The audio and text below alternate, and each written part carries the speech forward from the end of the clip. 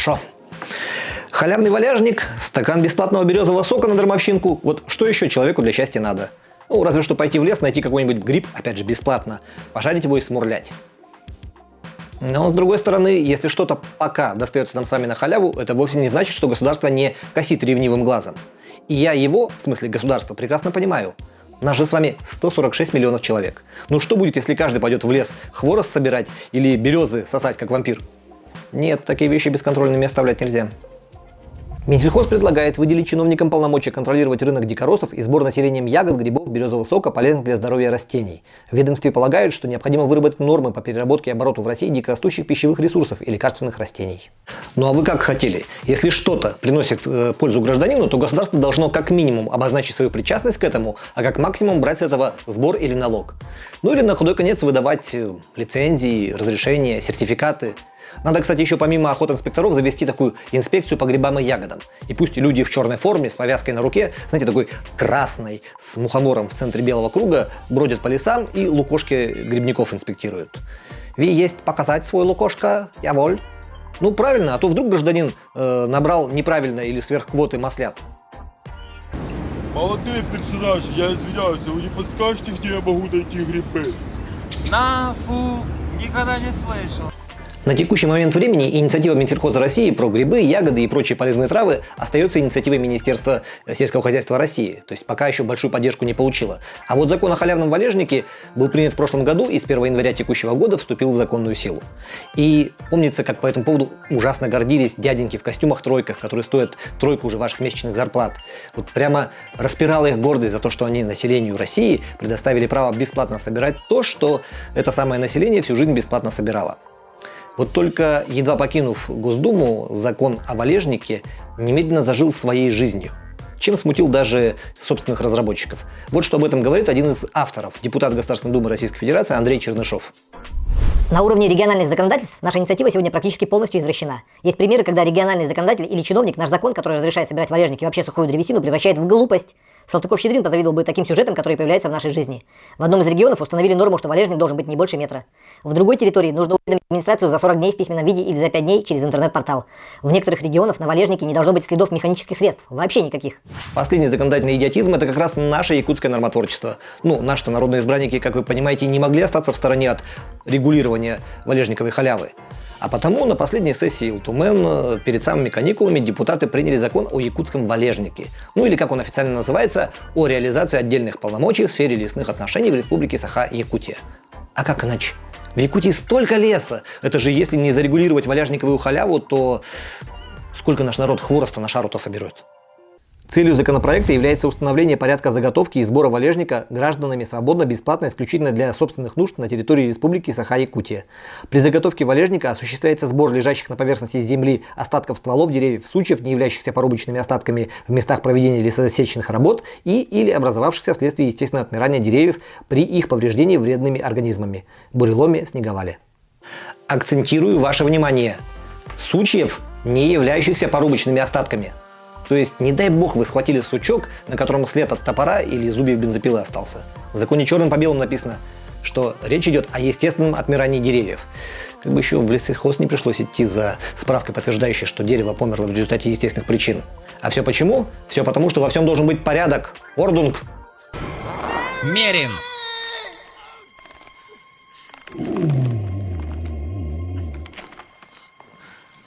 Но отложим в сторону валежник и вернемся к инициативе Министерства сельского хозяйства России по регулированию сбора ягод, грибов и прочей дикорастущей халявы. При всей нелепости этой идеи небольшое рациональное зерно все же здесь есть. Дело в том, что любительский поход за ягодами и промысловый сбор – это две большие разницы. А то ведь у нас в Якутии уже перегибы на местах случаются. Помните историю месячной давности, когда глава одного из улусов, Амгинского, так раздухарился от призывов главы Якутии Айсена Николаева увеличивать сбор дикоросов, что принудил все действующие на территории его района предприятия и организации гонять трудовые коллективы на сбор дикого лука, ягод и трав с последующей сдачей их в специальные сельскохозяйственные кооперативы. И вот пока по 10 тысяч рублей на коллектив не наберут лесных даров, велено было не успокаиваться. А все потому, что очень хотелось галочку заработать перед Министерством сельского хозяйства Якутии, ну и, соответственно, перед главой Якутии Айсеном Николаевым. Вон Ион Семенович Кононов, главный по сельскому хозяйству в Амге, прямым текстом признается. В прошлом году мы не смогли выполнить доведенный республиканским Минсельхозом план по сбору дикоросов, а все из-за того, что население собирает ягоды и продает их самостоятельно. Поэтому провели совещание и решили мобилизовать трудовые коллективы, чтобы все делалось организованно. Мы, конечно, не вправе обязывать федеральные учреждения, поэтому с полицейских и представителей других подобных структур ничего требовать не будем. С таким добровольно-принудительным энтузиазмом, да без государственного регулирования, можно лет за 5 всю тайгу Якутии от грибов до ягод вычесать.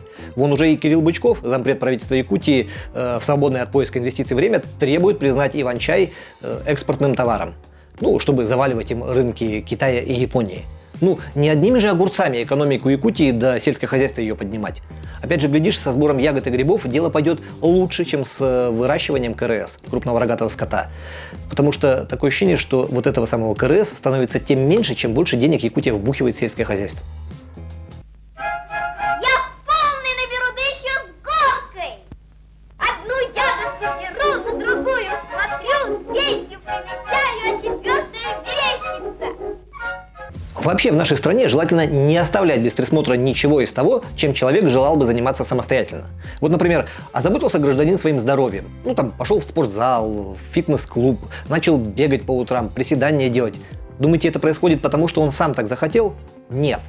Это он, может быть, сам так думает, а на самом деле все происходит потому, что так сказал Путин. Вот Владимир Викторович, не Владимирович, Викторович, наш Владимир Солодов, не даст соврать. Мы все знаем, что президентом страны перед нами поставлена задача, чтобы каждый второй, а именно 55% жителей России, постоянно занимались спортом. И мы видим, что такие мероприятия, как спортивные игры в АМГе, реально позволяют нам вовлечь людей в спорт и показать пример красоты, техничности, упорства, а также показать пример того, как успехи в спорте приводят к успехам в жизни. Путин и в самом деле так говорил. Поставлена задача к 2024 году вовлечь в регулярные занятия спортом более половины населения России. Правда, в общем контексте там шла речь все-таки не о спорте высоких достижений, к каковому по сути относятся спортивные игры в АМГе, а о массовой физической культуре, которой должно быть охвачено как можно больше людей. И этой физической культурой неплохо бы действительно заниматься, но ведь здесь халявы, даже регулируемой государством, остро не хватает. При стоимости абонемента в фитнес-зал или спортзал от 3,5 до 5 тысяч рублей в месяц в отдельно взятом городе Якутске многим проще махнуть рукой на свое здоровье, чем так напрягать семейный бюджет. И заодно махнуть рукой на планы путинские в 55%. И если летом еще можно порысить трусой возле своего дома или по набережной, то в минус 40 у нас бегают только члены клуба зимнего бега «Дюлур». Вы из какого общества, ребят? Трудовые резервы. А что, «Динамо» бежит? Все бегут. Вообще, если есть где что порегулировать, то государственный человек не может и не должен себе в этом отказывать. Потому что он обязан важно стоять по правую руку любого, даже случайного успеха и мудро указывать. Чтобы все видели, кому обязаны этим самым успехом. Взять якутское кино. Самобытный продукт, дивно разросшийся на северной почве, как какой-то дикорос. Окупаемые бюджеты фильмов, успех на фестивалях, любовь зрителей. Вот что должен чиновник, увидев такое произрастание бодрое? Правильно, немедленно начать указывать, какое именно кино нам нужно. Вот министр культуры Якутии Юрий Куприянов уже приступил к процессу со ссылкой на вышестоящее начальство. Глава Якутии Айсен Николаев выделил 3 приоритетных направления. Экранизация произведений якутских классиков, фестивальное кино и детское анимационное кино. Совершенно новое направление для нашей республики. В вопросе фестивального кино успехи уже есть. Республика сегодня в этом деле, что называется, в тренде. Нет, я безусловно понимаю, что хозяин – барин. И выделяя по 80 миллионов рублей на поддержку якутского кино, а именно столько будет выделяться до 2024 года каждый год, правительство республики, глава республики, в принципе, вправе требовать каких-то конкретных кинопродуктов. Но кино, если это, конечно, не пропагандистская подделка, есть продукт свободного творчества. А свобода испаряется там, где дяденька с деньгами начинает загонять творчество в рамки. Или экранизация классиков, или денег не получишь. Или кино под фестиваль, или бабла не будет. А главным приоритетом должны быть качественные сценарии, живые идеи, авторские находки, наработки. Вот это надо поддерживать, а не рамки устанавливать. А то ведь можно пойти по примеру главы Амгинского района. Просто выгонять коллективы на съемку, чтобы не меньше 10 фильмов в год было. И все либо по классикам, либо под фестиваль.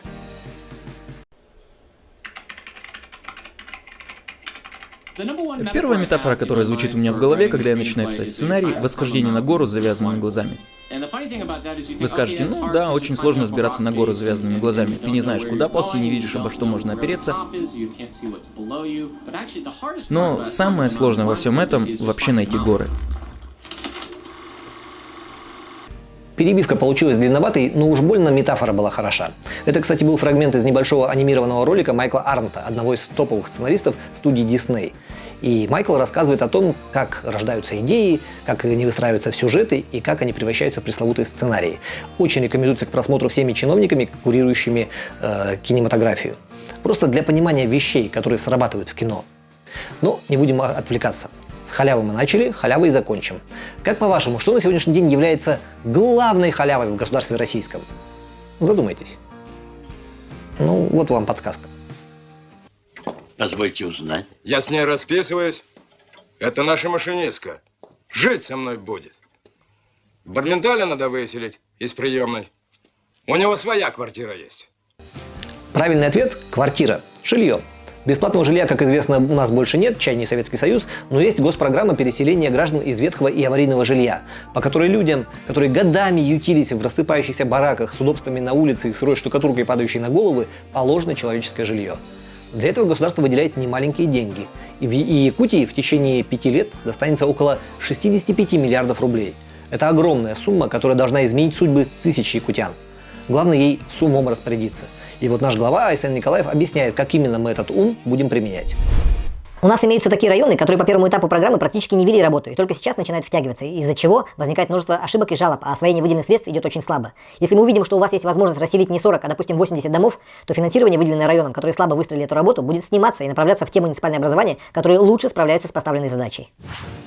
Так-то посыл главы Якутии вполне понятен и логичен. Он прямым текстом говорит муниципальным руководителям: будете, клювами щелкать, мы финансирование, федеральное, к слову, с вас снимем и дадим тем, кто времени даром не терял. Но, Арсений Сергеевич, а вы взгляните на ситуацию вот глазами граждан, особенно тех, кто годами живет в скотских условиях. Они и так наказаны необходимостью жить под руководством такой вот бестолковой власти, а вы еще и лишаете их единственного шанса на нормальную жизнь. Снимать, конечно, надо снимать. Но не финансирование, а конкретных людей, которые провалили работу. Благо, рычаги для этого у вас есть. Товарищ, такая неприятность. Владимир Ильич, шальная пуля наповал. Да, жаль, товарищ. Ну что ж, нет человека, нет проблем. Яков Михайлович, позаботьтесь насчет похорон. Надеемся, этим выпуском мы убедили вас, что ничего в нашей стране и в отдельно взятой республике Саха-Якутия нельзя пускать на самотек, без государственного регулирования. А потому, конечно, надо бы подумать над принятием закона об обязательном просмотре политических сатирических передач. Ой, что это я?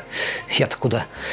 Никакой обязаловки, никакого регулирования. Смотрите нас исключительно по своему желанию, в удобное для себя время, в Ютубе, если пропустили эфир на ТВ, и, конечно же, в свое удовольствие. Это были «Говорящие головы», меня зовут Виталий Обедин, и если мэр города Якутска Сардана Авксентьева не вдохновится примером главы АМГИ и не отправит все население города собирать щавели и ван-чай, то увидимся на следующей неделе. Пока!